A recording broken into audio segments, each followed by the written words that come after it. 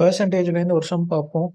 salary of A and B are in ratio 5:7. If the salary of A is increased by 20% and B by 10%, new ratio becomes 6:7.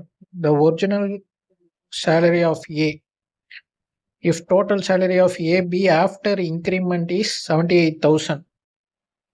கொடுத்துருக்கிற சம்மில் பார்த்தீங்கன்னா ஏவோட சேலரியும் பியோட சேலரியும் ரேஷியோவில் கொடுத்துருக்காங்க 5:7 சொல்லிட்டு. ஏவோட சேலரி வந்து இன்க்ரீஸ் ஆகுது 20%, பியோட சேலரி இன்க்ரீஸ் ஆகுது 10%. அப்போ நியூ சேலரியோட ரேஷியோ ஒன்று கொடுத்துருக்காங்க 6:7 சொல்லி. நியூ சேலரியோட டோட்டல் அமௌண்ட் கொடுத்துருக்காங்க 78,000. அப்போ அதோட ரேஷியோ தான் 6:7. அப்போ 6x + 7x = 78,000 மொத்தமாக.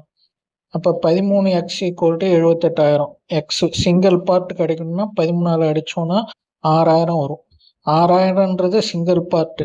அப்போ 6 போட்டால் 36,000. ஏவோட நியூ சேலரி வந்து 36,000. இந்த 36,000 20% இன்க்ரீஸ் ஆகிருக்கு பார்த்தீங்களா, அதை வச்சு வராது.